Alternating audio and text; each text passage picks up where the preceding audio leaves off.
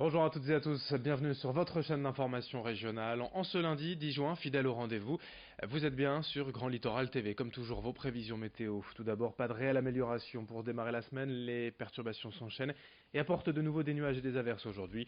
Parfois quelques éclaircies, mais l'ambiance restera fraîche d'une manière générale. Pour les températures, comptez 17 degrés cet après-midi à Saint-Omer et Dunkerque, 16 à Calais, 15 à Boulogne et le Touquet. La météo complète bien sûr après ce journal. À la une, tout d'abord, l'un des événements du jour dans la région, c'est le motocross de Cassel, de retour après 2 ans d'absence. Il s'agit de la 35e édition, d'un événement attendu par beaucoup de fans de sport mécanique dans la région.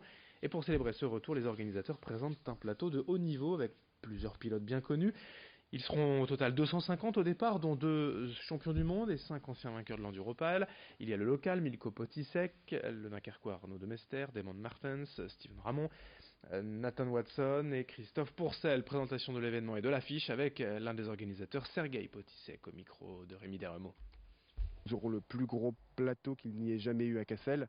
On va retrouver les 3 derniers vainqueurs de l'Enduropal, que sont Nathan Watson, qui avait d'ailleurs fait une course magnifique avec Milko Potisek. Ils vont se retrouver sur la terre pour une sorte de revanche, puisqu'il n'est pas prévu qu'ils se retrouvent à un autre moment. On a un des plus grands champions que la France ait connu de motocross, qui a été champion des États-Unis 2 fois, qui a été champion du monde. C'est la première fois qu'il va venir à Cassel et il a annoncé que personne ne pourrait le battre. C'est Christophe Pourcel. Voilà. On va retrouver Steve Ramon, qui est double champion du monde, qui est déjà venu plusieurs fois à Cassel, qui a gagné à Cassel, qui a gagné l'Enduropal du Touquet aussi, qui lui vient pour la dernière fois. Je pense qu'il va tirer un trait sur sa carrière, et donc il aimerait bien faire. Donc c'est avoir autant de champions du monde, c'est pas commun sur un championnat régional, quoi. Donc c'est un vrai plaisir. Le motocross de Cassel, événement à retrouver sur notre antenne dès mercredi soir. Nous rediffuserons la course, on vous en reparlera.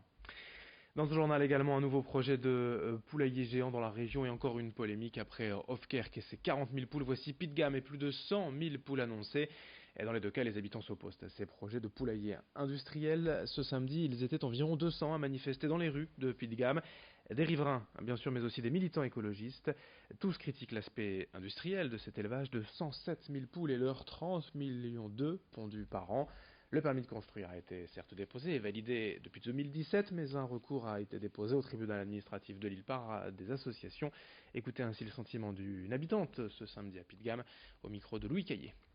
Le poulailler, c'est un éleveur qui a déjà un poulailler, et puis c'est un poulailler qui est, je dirais, investi aussi par un entrepreneur belge, puisqu'en fait il cautionne donc aux 2 tiers l'aspect financier. Donc c'est un projet qui fait quand même 2,5 millions d'euros hors taxes et qui rapportera surtout aux Belges, puisqu'en fait les poules viendront de Belgique, les poules repartiront en Belgique, mais les œufs seront toujours propriété des Belges. Donc voilà, pour faire des œufs en bidon et puis des œufs en poudre.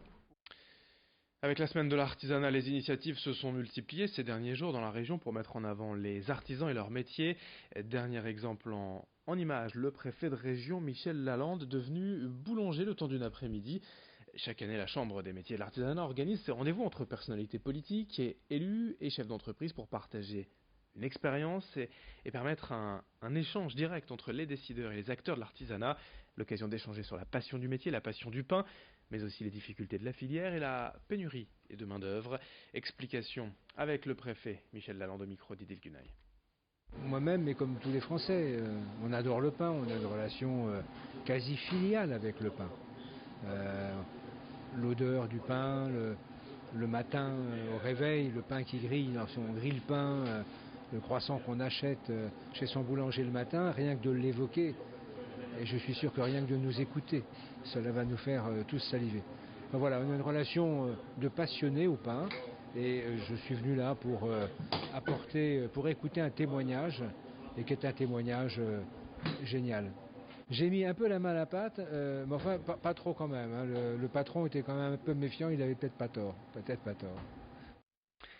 Une autre image du week-end près de Calais, à Coulogne, avec la 7e édition de la mythique course de baignoire. C'était hier le long du canal. Au départ, 11 équipages et autant d'embarcations toutes farfelues, entre autres une baignoire Harry Potter, une baignoire Star Wars et une autre Maya l'abeille. Pour gagner la course, ces baignoires et les équipages devaient pagayer sur 400 mètres aller-retour en passant par différentes portes. Cette course est organisée chaque année par le Cercle d'Aviron du Calaisis, rassemble toujours beaucoup de spectateurs dans une ambiance conviviale, malgré une météo peu engageante, tout de même ce week-end. Retour sur l'événement au micro de Louis Caillé. C'est du travail au soir, des heures, à n'en plus dormir la nuit, du stress.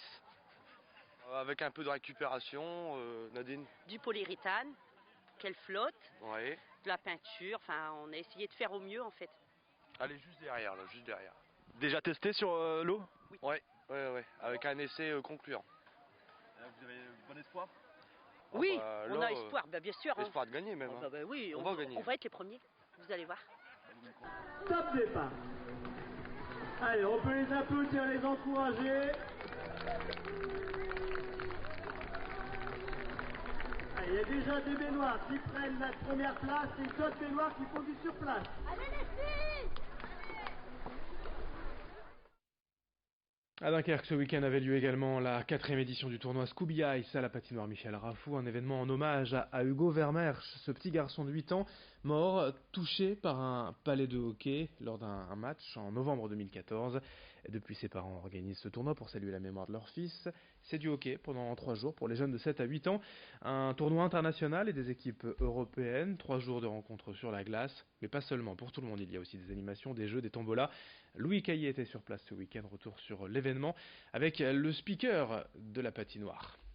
C'est un tournoi international, on a une équipe tchèque, on a une équipe anglaise, une équipe belge et des équipes qui viennent, on va dire, de la moitié nord de la France aujourd'hui. Parlez-moi un peu de cette ambiance, beaucoup de monde derrière nous en tribune, ça crie, ça encourage. Ah c'est clair, aujourd'hui vous avez des équipes de jeunes, ils sont passionnés, tous ces enfants sont vraiment fous de hockey sur glace, ils sont dans un âge sympathique, 7, 8, 9 ans, c'est vraiment l'âge où on peut avoir du plaisir à jouer, sans contrainte, sans avoir l'envie absolument de gagner, le plaisir d'être sur la glace et des parents qui suivent leurs enfants dans la meilleure ambiance possible. Fin de cette édition, merci à vous de l'avoir suivi. Sur Grand Littoral TV, l'info continue dans un instant. Vos prévisions météo, d'autres infos et on se retrouve dès le prochain quart d'heure dans moins de 8 minutes pour un nouveau journal. Très bonne journée à toutes et à tous, ensemble évidemment sur Grand Littoral TV.